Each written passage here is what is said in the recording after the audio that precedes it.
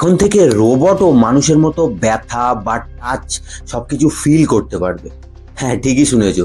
Recently চীনের এক ইউনিভার্সিটির কিছু বিজ্ঞানীরা এক ধরনের রোবটিক স্কিন আবিষ্কার করেছে, যেটা বেসিক্যালি এক ধরনের ফ্লেক্সিবল প্লাস্টিক দিয়ে তৈরি, আর যার মধ্যে নিউরোমরফিক টেকনোলজি কাজ করে।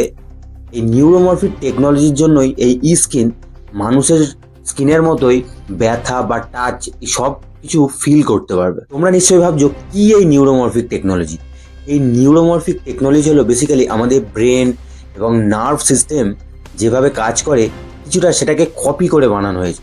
মানে ধরো, তুমি কোনো গরম জায়গায় হাত দিলে তোমার স্কিন প্রথমে তোমার নার্ভকে সিগন্যাল পাঠালো, এবং নার্ভ স্পাইনাল কর্ডে সিগন্যাল পাঠালো, এবং স্পাইনাল কর্ড তোমার হাতকে বললো গরম লাগছে, হাতটা সরিয়ে নাও।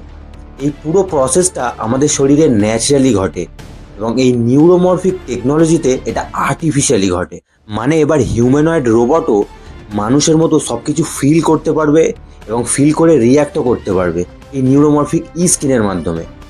আমার মনে হয় বিজ্ঞানীরা আর কিছু বছরের মধ্যে মানুষের মতো পুরোপুরি একটা আর্টিফিশিয়াল মানুষই বানিয়ে ফেলবে, যার মধ্যে তো সবকিছু মানুষের মতনই থাকবে, কিন্তু সবকিছুই কৃত্রিমভাবে বানানো হবে। এই রকম ইন্টারেস্টিং ভিডিও আরো দেখতে হলে তাহলে চ্যানেলটা কি করতে হবে, সাবস্ক্রাইব করতে হবে।